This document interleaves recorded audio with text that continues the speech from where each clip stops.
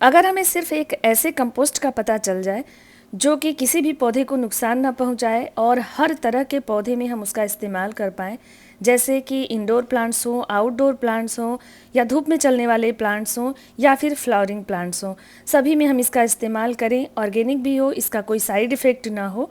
तो चलिए मैं आज आपको एक ऐसे ही कंपोस्ट के बारे में बताने वाली हूँ जिसका इस्तेमाल आप बेझिझक सभी पौधों में कर सकते हैं। तो हेलो दोस्तों, कैसे हैं आप सभी? उम्मीद करती हूँ आप सभी बहुत ही अच्छे होंगे, गार्डनिंग करके बहुत ही खुश होंगे। अगर वीडियो ज़रा भी इन्फॉर्मेटिव लगे तो वीडियो को लाइक करिएगा, चैनल को सब्सक्राइब करिएगा और अपने दोस्तों में शेयर ज़रूर करिएगा जिनको कि गार्डनिंग पसंद है। वैसे तो हर पौधे की अलग आवश्यकता होती है और उसकी आवश्यकता के हिसाब से हमें उसको कंपोस्ट देना पड़ता है, लेकिन एक ऐसी खाद है जिसको हम हर तरह के पौधों में दे सकते हैं और ये उसके लिए बहुत ही ज़्यादा फ़ायदेमंद होती है और कभी भी नुकसान नहीं पहुंचाती है, पौधे की ग्रोथ बहुत ही अच्छी करती है। जी हाँ, मैं बात कर रही हूँ यहाँ पे वर्मी कंपोस्ट की। वर्म्स के द्वारा यानी कि केचुआ या अर्थ वर्म के द्वारा काऊ डंग को डिकम्पोज किया जाता है और इस खाद को बनाया जाता है। बहुत ही बढ़िया ये खाद होता है और सबसे बड़ी बात है कि गर्मियों में ये पौधों को ठंडक भी देता है और सर्दियों में गर्माहट भी देता है। एकदम अच्छे से ये ऑर्गेनिक होता है, किसी भी पौधे में कोई साइड इफ़ेक्ट नहीं आता है इसके इस्तेमाल से।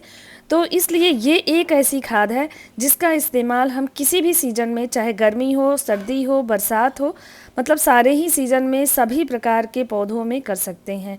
चाहे वो आपके इंडोर प्लांट्स हों जैसे कि एग्लोनीमा हो, स्नेक प्लांट हो, पर्पल हर्ट हो, या टेंगल हर्ट हो, या सिंगोनियम हो, जीजी प्लांट, एरिका पाम, क्रोटन, या फिर आपके सक्यूलेंट्स हो, सब तरह के पौधों में हम इसका इस्तेमाल कर सकते हैं।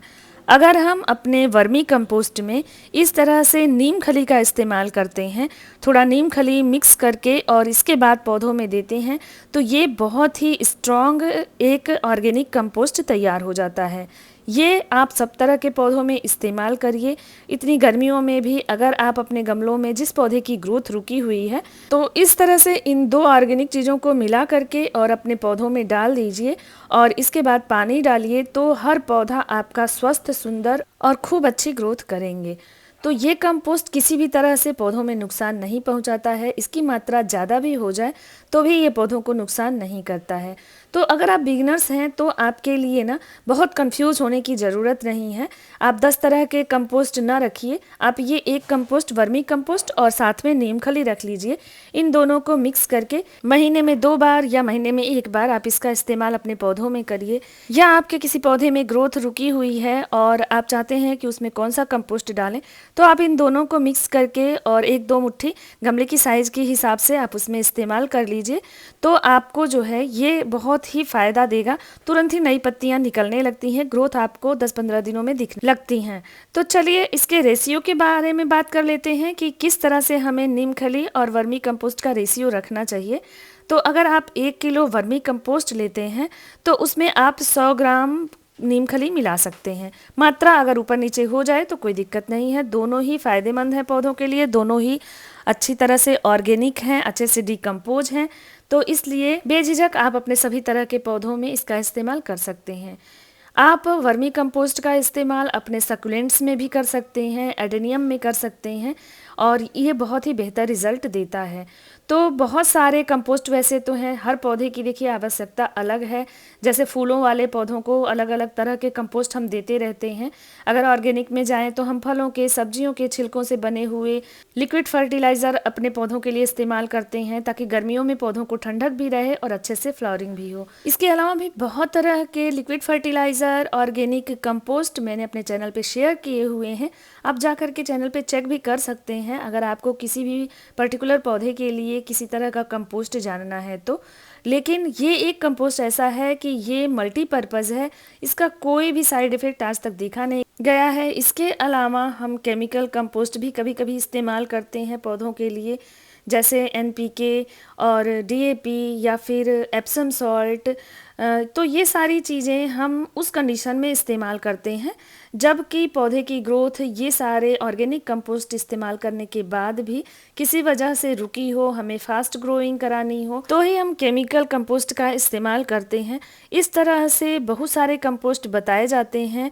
तो जो लोग बिगनर्स हैं ना, जो अभी अभी गार्डनिंग शुरू कर रहे हैं या साल 2 साल 3 साल से कर रहे हैं, तो वो बहुत कंफ्यूज हो जाते हैं। तो इसलिए ना ये कंपोस्ट आप रख लीजिए, बहुत कंफ्यूज होने की ज़रूरत नहीं है। पौधा कैसा है, इंडोर है, धूप में चलने वाला है, उस हिसाब से उसको वहाँ रखिए। हमेशा जो मिट्टी होती है वो वेल ड्रेन बनाइए और महीने में 2 महीने में आप इस कंपोस्ट का इस्तेमाल करते रहते हैं अपने पौधों में, तो पौधों को किसी भी तरह की ना बीमारी लगेगी। क्योंकि मैंने इसमें नीम खली मिलाया हुआ है, तो नीम खली एक फंजीसाइड का भी काम करता है और ये कीड़े मकोड़ों को लगने नहीं देता है पौधों में, तो काफ़ी बचाव ये करता है। इसके अलावा मेजर प्रॉब्लम होने पे किसी भी तरह का हम फंजीसाइड इस्तेमाल कर सकते हैं।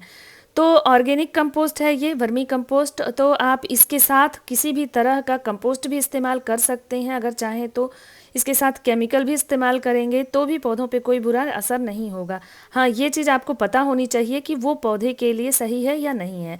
तो इसके साथ भी आप कोई भी कंपोस्ट यूज़ करिए, इसके देने के बाद आप इसमें लिक्विड फर्टिलाइज़र इस्तेमाल करिए, तो भी ये किसी भी तरह से साइड इफ़ेक्ट नहीं करता है पौधों को। तो ये कंपोस्ट आपके पास ज़रूर होना चाहिए और ये बहुत महंगे भी नहीं आते हैं। मैं एक पैकेट मतलब लगभग 5 केजी का एक पैकेट ले आती हूँ, जो कि हमारे यहाँ नर्सरी में 100 रुपये में मिल जाता है। तो 5 किलो का एक पैकेट और लगभग आधा 1 किलो का नीम खली ले लीजिए, तो कम से कम आपके 50 से 80 पौधों में ये आराम से पड़ जाता है। क्योंकि जो पौधे छोटे होते हैं उनमें हमें कम कंपोस्ट डालना होता है, जो ज़्यादा बड़े हैं जिनका पॉट साइज ज़्यादा बड़ा है उसमें हमें थोड़ा ज़्यादा डालना होता है। तो इस तरह से आप एक अंदाजे में समझ सकते हैं कि आप 50 पौधों में तो इतना खाद इस्तेमाल कर सकते हैं। यहाँ पे मेरा कोलियस का जो पौधा था उसमें कंपोस्टिंग थी अभी, और मुझे लग रहा था कि उसमें कंपोस्टिंग की ज़रूरत नहीं है, तो मैंने उसमें कंपोस्टिंग नहीं किया। बाकी ये पौधे जिनमें मैंने फरवरी में कंपोस्टिंग की थी, लेकिन अभी इनकी ग्रोथ अच्छी नहीं दिख रही है, तो फिर से मैं अप्रैल में इनमें कंपोस्टिंग कर रही हूँ।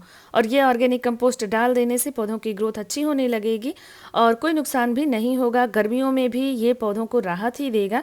तो इसलिए ये सारे मेरे इंडोर प्लांट हैं। आज मैं इंडोर प्लांट में कंपोस्टिंग कर रही थी, तो मुझे ये आइडिया आया कि आपके साथ ये ज़रूर मैं शेयर करूं। तो होप गार्डनिंग से रिलेटेड ये इन्फॉर्मेशन आपको अच्छी लगी होगी। तो वीडियो को लाइक ज़रूर करिएगा, चैनल को सब्सक्राइब करिएगा।